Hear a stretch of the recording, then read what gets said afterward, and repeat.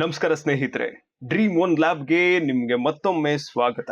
ಇವತ್ತು ನಾವು ಆ 4 ನಿಯಮಗಳ ಮಧ್ಯೆ ಇರೋ ತುಂಬಾ ಇಂಟ್ರೆಸ್ಟಿಂಗ್ ಆದ 2ನೇ ಹಾಗೂ 3ನೇ ನಿಯಮಗಳ ಮೇಲೆ ಫೋಕಸ್ ಮಾಡೋಣ. ಅದೇ make it obvious and make it easy. ಇಲ್ಲಿಗೆ ಬಂದು ಕೇಳ್ತಿರೋ ನೀವೆಲ್ಲರೂ ಆಕ್ಷನ್ ತಗೊಳ್ಳೋಕೆ ರೆಡಿ ಇದ್ದೀರಾ ಅಂತ ನನಗೆ ಗೊತ್ತು. ಹ್ಯಾಬಿಟ್ ಸ್ಕೋರ್ ಕಾರ್ಡ್ ಹಾಗೆ ಸ್ಟ್ಯಾಕ್ ಯೂಸ್ ಮಾಡಿದವ್ರಿಗೆ ಒಳ್ಳೆ ಪ್ರೋಗ್ರೆಸ್ ಕಂಡಿದೆ. ಇವತ್ತು ನಾವು ಆ ಪ್ರೋಗ್ರೆಸ್ ಅನ್ನ ಇನ್ನೂ ಸ್ಟ್ರಾಂಗ್ ಮಾಡೋಣ. ಹ್ಯಾಬಿಟ್ಸ್ ಮಾಡಬೇಕು ಅನ್ನೋ ಆಸೆ ಅಂದ್ರೆ ಕ್ರೇವಿಂಗ್ಸ್ ನಮಗೆ ಹುಟ್ಟೋ ತರ ಹೇಗೆ ಡಿಸೈನ್ ಮಾಡೋದು, ಹಾಗೆ ಕೆಲಸ ಶುರು ಮಾಡುವಾಗ ಇರೋ ಅಡೆತಡೆಗಳನ್ನ ಅಂದ್ರೆ ಫ್ರಿಕ್ಷನ್ ನ ಹೇಗೆ ತಡೆಯೋದು ಅಂತ ನೋಡೋಣ. ಈ 2 ವಿಷಯಗಳು ಸೇರಿದ್ರೆ ನಿಮ್ಮ ಹ್ಯಾಬಿಟ್ ಸಕ್ಸಸ್ಗೆ ರಾಕೆಟ್ ಫ್ಯೂಯಲ್ ಸಿಕ್ಕ ಹಾಗೆ ಆಗತ್ತೆ. ಈ 2ನೇ ನಿಯಮದ ಲಾಜಿಕ್ ತುಂಬಾ ಸಿಂಪಲ್ ಆಗಿದೆ. ಯಾವ್ದಾದ್ರು ಕೆಲಸ ಮಾಡೋ ಮೊದಲು ನಮಗೆ ಅದ್ರ ಬಗ್ಗೆ ಕುತೂಹಲ ಅಥವಾ ಆಸೆ ಜಾಸ್ತಿ ಇದ್ರೆ ಮೋಟಿವೇಶನ್ ತನ್ನಿಂದ ತಾನೇ ಬರುತ್ತೆ. ಜೇಮ್ಸ್ ಕ್ಲಿಯರ್ ಹೇಳ್ತಾರೆ, ನಿಮ್ಮ ಹವ್ಯಾಸವನ್ನ ಎಷ್ಟು ಆಕರ್ಷಕವಾಗಿ ಮಾಡಿ ಅಂದ್ರೆ ಮಿದುಳು ಅದನ್ನ ಮಾಡೋಕೆ ಕಾಯ್ತಿರ್ಬೇಕು ಅಂತ. ನಮ್ಮ ಲೈಫ್ ನಲ್ಲಿ ಫ್ಯಾಮಿಲಿ, ಕೆಲಸ, ಟ್ರಾವೆಲಿಂಗ್ ಮಧ್ಯ ಇಷ್ಟ ಇಲ್ಲದ ಕೆಲಸಗಳನ್ನ ಮಾಡೋದು ತುಂಬಾನೇ ಕಷ್ಟ. ಆದ್ರೆ ಅದನ್ನ ಆಕರ್ಷಕವಾಗಿ ಮಾಡಿದ್ರೆ ಕೆಲಸ ಈಸಿ ಆಗ್ಬಿಡತ್ತೆ. ಬುಕ್ ನಲ್ಲಿ ಟೆಂಪ್ಟೇಷನ್ ಬಂಡ್ಲಿಂಗ್ ಅನ್ನೋ ಒಂದು ಟೆಕ್ನಿಕ್ ಬಗ್ಗೆ ಹೇಳಿದ್ದಾರೆ. ಇದೊಂದು ಎವಿಡೆನ್ಸ್ ಬೇಸ್ಡ್ ಅಪ್ರೋಚ್. ಅಂದ್ರೆ ನಿಮಗೆ ಈಗಾಗಲೇ ಇಷ್ಟ ಇರೋ ಕೆಲಸವನ್ನ ಹೊಸ ಹ್ಯಾಬಿಟ್ ಜೊತೆಗೆ ಸೇರಿಸೋದು. ಅಸಲಿಗೆ ಈ ಟೆಂಪ್ಟೇಷನ್ ಬಂಡ್ಲಿಂಗ್ ಅಂದ್ರೆ ಏನು? ನಿಮಗೆ ಖುಷಿ ಕೊಡೋ ಕೆಲಸವನ್ನ ನೀವು ಬೆಳೆಸಬೇಕಾಗಿರೋ ಹವ್ಯಾಸದ ಜೊತೆಗೆ ಜೋಡಿಸೋದು ಅಂತ ಅರ್ಥ. ಬನ್ನಿ ಇದರ ಫಾರ್ಮುಲಾ ಹಾಗೆ ಕೆಲವು ಎಕ್ಸಾಂಪಲ್ ಗಳನ್ನ ನೋಡೋಣ. ನಿಮಗೆ ಮಾಡೋಕೆ ಇಷ್ಟ ಇರೋ ಕೆಲಸ ನಿಮ್ಮ ರಿವಾರ್ಡ್, ಹಾಗೆ ನೀವು ಮಾಡಬೇಕಾಗಿರೋ ಕೆಲಸ ನಿಮ್ಮ ಟಾರ್ಗೆಟ್ ಹ್ಯಾಬಿಟ್. ರೂಲ್ ಏನಪ್ಪಾ ಅಂದ್ರೆ, ನಾನು ಟಾರ್ಗೆಟ್ ಹ್ಯಾಬಿಟ್ ಮಾಡಿದ ಮೇಲೆ ಮಾತ್ರ ರಿವಾರ್ಡ್ ಅನ್ನ ಅನುಭವಿಸ್ತೀನಿ ಅನ್ನೋದು. ನಮ್ಮ ಕರ್ನಾಟಕದ ಲೈಫ್ ಸ್ಟೈಲ್ಗೆ ಕೆಲವು ಎಕ್ಸಾಂಪಲ್ ಗಳನ್ನ ನಾನು ಇಲ್ಲಿಟ್ಟಿದ್ದೀನಿ. ಪುಸ್ತಕದ ಒಂದು ಪೇಜ್ ಓದಿದ ಮೇಲೆ ಮಾತ್ರ ಸಂಜೆ ಕಾಫಿ ಕುಡಿತೀನಿ. ನನ್ನ ಫೇವರೇಟ್ ವೆಬ್ ಸಿರೀಸ್ ಅನ್ನ ಎಕ್ಸರ್ಸೈಸ್ ಮಾಡುವಾಗ ಮಾತ್ರ ನೋಡ್ತೀನಿ. ಮೆಟ್ರೋ ಅಥವಾ ಬಸ್ ನಲ್ಲಿ ಇರುವಾಗ ಮಾತ್ರ ಈ ಕೋರ್ಸ್ ನ 10 ನಿಮಿಷವನ್ನ ಕೇಳ್ತೀನಿ. 20 ನಿಮಿಷ ಫೋಕಸ್ಡ್ ಆಗಿ ಕೆಲಸ ಮಾಡಿದ್ಮೇಲೆ ಮಾತ್ರ ಸೋಷಿಯಲ್ ಮೀಡಿಯಾ ಚೆಕ್ ಮಾಡ್ತೀನಿ. 2 ನಿಮಿಷ ಸ್ಟ್ರೆಚಿಂಗ್ ಮಾಡಿದ್ಮೇಲೆ ಮಾತ್ರ ಸಂಜೆ ಸ್ನಾಕ್ಸ್ ತಿಂತೀನಿ. 5 ನಿಮಿಷ ಭಾಷೆ ಕಲ್ತ ಮೇಲೆ ಮಾತ್ರ ಹೊಸ ಹಾಡನ್ನ ಪ್ರಾಕ್ಟೀಸ್ ಮಾಡ್ತೀನಿ. ನನ್ನ ಮೊದಲನೇ ಪೇಜ್ ಬರೆದು ಮುಗಿಸಿದ ಮೇಲೆ ಮಾತ್ರ ಫ್ರೆಂಡ್ಸ್ ಗ್ರೂಪ್ ಚಾಟ್ ಓಪನ್ ಮಾಡ್ತೀನಿ. ಇದು ಇಂಪ್ಲಿಮೆಂಟ್ ಮಾಡೋಕೆ 3 ಸ್ಟೆಪ್ಸ್ ಇದೆ. ಮೊದಲು ಇಷ್ಟ ಇರೋ ಒಂದು ರಿವಾರ್ಡ್ ಅನ್ನ ಸೆಲೆಕ್ಟ್ ಮಾಡಿ. ಆಮೇಲೆ ರೂಲ್ ತುಂಬಾ ಸ್ಟ್ರಿಕ್ಟ್ ಆಗಿರ್ಲಿ. ಅಂದ್ರೆ ಸೈಕಲ್ ಹೊಡೆಯುವಾಗ ಮಾತ್ರ ನೆಟ್ಫ್ಲಿಕ್ಸ್ ಅಷ್ಟೇ. 14 ದಿನ ಇದನ್ನ ಫಾಲೋ ಮಾಡಿ. ನನ್ನ ಒಬ್ಬ ಮ್ಯೂಸಿಕ್ ಟೀಚರ್ ಟ್ರಾವೆಲಿಂಗ್ ಟೈಮ್ ಅನ್ನ ಹೊಸ ಭಾಷೆ ಕಲಿಯೋಕೆ ಯೂಸ್ ಮಾಡ್ತಾ ಇದ್ರು. ಅವರಿಗೆ ಟ್ರಾವೆಲಿಂಗ್ ರಿವಾರ್ಡ್ ಆಗಿತ್ತು, ಅದ್ರ ಜೊತೆಗೆ ಲರ್ನಿಂಗ್ ಬಂಡಲ್ ಸಿಕ್ತು. ಈಗ ಅವರು ಆರಾಮಾಗಿ ಪ್ರಾಕ್ಟೀಸ್ ಮಾಡ್ತಾ ಇದ್ದಾರೆ. ನಾನು ಬುಕ್ ನೋಟ್ಸ್ ಬರೆಯುವಾಗ ಮಾತ್ರ ಒಂದು ಪ್ಲೇ ಲಿಸ್ಟ್ ಕೇಳ್ತಾ ಇದ್ದೆ. ಆ ಮ್ಯೂಸಿಕ್ ರಿವಾರ್ಡ್ ತರ ಇತ್ತು. ಇದರಿಂದ ನೋಟ್ಸ್ ಬರೆಯೋದು ಹೊರೆ ಅನಿಸ್ಲಿಲ್ಲ. ಈ ಟೆಂಪ್ಟೇಷನ್ ಬಂಡ್ಲಿಂಗ್ ವರ್ಕ್ ಆಗ್ಬೇಕು ಅಂದ್ರೆ ರಿವಾರ್ಡ್ ತಕ್ಷಣ ಸಿಗ್ಬೇಕು. ಯಾವತ್ತೋ ಸಿಗೋ ರಿವಾರ್ಡ್ ಇಟ್ಕೊಂಡ್ರೆ ಬ್ರೈನ್ ಕನೆಕ್ಟ್ ಆಗಲ್ಲ. ಕೆಲವೊಮ್ಮೆ ಯಾವುದೋ ಎಕ್ಸ್ಟರ್ನಲ್ ರಿವಾರ್ಡ್ ಸಿಗಲ್ಲ ಅಂದಾಗ ರೀಫ್ರೇಮಿಂಗ್ ಟೆಕ್ನಿಕ್ ಯೂಸ್ ಮಾಡಬೇಕು. ನಾವು ಆ ಹ್ಯಾಬಿಟ್ ಬಗ್ಗೆ ಮಾತಾಡೋ ರೀತಿನೇ ಬದಲಾಯಿಸಬೇಕು. ನಮ್ಮ ಮೆದುಳಿಗೆ ಕತೆಗಳಂದ್ರೆ ಇಷ್ಟ. ನೀವು ಓದೋದು ಅನ್ನೋದನ್ನ ನೆಕ್ಸ್ಟ್ ಲೆವೆಲ್ಗೆ ಹೋಗೋ ಟೈಮ್ ಅಂತ ಅನ್ಕೊಳ್ಳಿ. ನಾನು ಬೋರ್ ಹೊಡೆಯೋ ಕೆಲಸಗಳನ್ನ ಮಾಡ್ತಿಲ್ಲ, ನನ್ನ ದಿನಕ್ಕೆ ಬೇಕಾದ ಎನರ್ಜಿಯನ್ನ ರೆಡಿ ಮಾಡ್ಕೋತಾ ಇದ್ದೀನಿ ಅಂತ ಯೋಚನೆ ಮಾಡಿ. ನಾನು ಹಳೆ ನೋಟ್ಸ್ ರಿವೈಸ್ ಮಾಡ್ತಿಲ್ಲ, ನನ್ನ ಫ್ಯೂಚರ್ ಸೆಲ್ಫ್ಗೆ ಬೇಕಾದ ಟೂಲ್ಸ್ ಅನ್ನ ರೆಡಿ ಮಾಡ್ಕೋತಾ ಇದ್ದೀನಿ ಅಂತ ಅನ್ಕೋಬೇಕು. ನಾನು ಸ್ನಾಕ್ಸ್ ಬಿಡ್ತಾ ಇಲ್ಲ, ನಾನು ಒಬ್ಬ ಕ್ಲಾರಿಟಿ ಇರೋ ಮನುಷ್ಯನ್ ತರ ಫುಡ್ ತಗೊಳ್ತಾ ಇದ್ದೀನಿ ಅಂತ ಅನ್ಕೋಬೇಕು.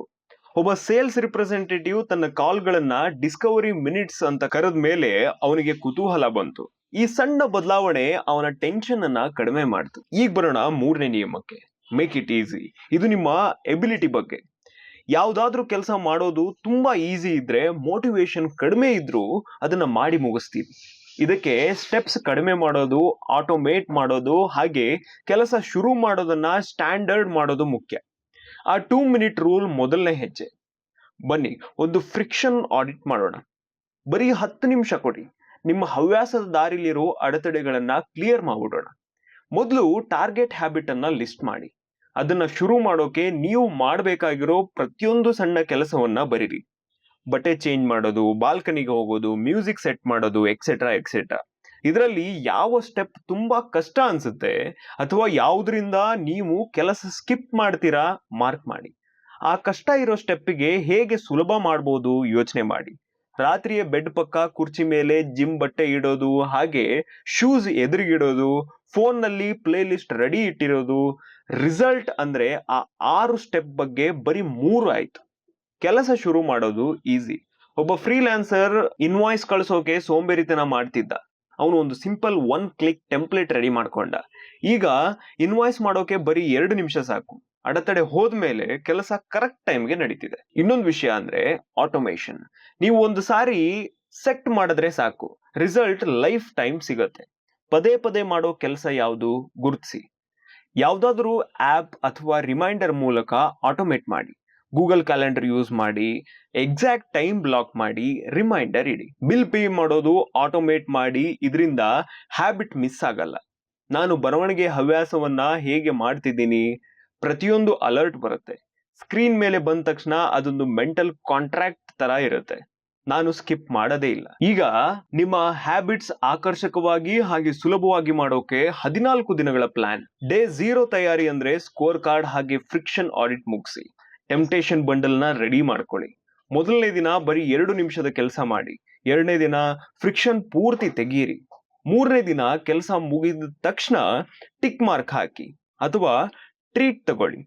4ನೇ ದಿನ ಆಟೋಮೇಟ್ ಮಾಡಿ. 5ನೇ ದಿನ ಟೆಂಪ್ಟೇಷನ್ ಬಂಡಲ್ ಅನ್ನ ಚೆಕ್ ಮಾಡಿ, ರಿವಾರ್ಡ್ ಇನ್ನೂ ಆಕರ್ಷಕವಾಗಿದೆಯಾ ಅನ್ನೋದನ್ನ ಚೆಕ್ ಮಾಡಿ. 6ನೇ ದಿನ ಹ್ಯಾಬಿಟ್ ಟೈಮ್ 1 ನಿಮಿಷ ಜಾಸ್ತಿ ಮಾಡಿ. 7ನೇ ದಿನ ವಾರದ ರಿವ್ಯೂ ಮಾಡಿ, ಕಮ್ಯುನಿಟಿಯಲ್ಲಿ ನೋಟ್ ಬರೀರಿ. 8ರಿಂದ 13ನೇ ದಿನ ಮುಂದುವರಿಸಿ. ಜೊತೆಗೆ ಅಕೌಂಟಬಿಲಿಟಿ ಫ್ರೆಂಡ್ಸ್ ನ ಸೇರಿಸ್ಕೊಳ್ಳಿ.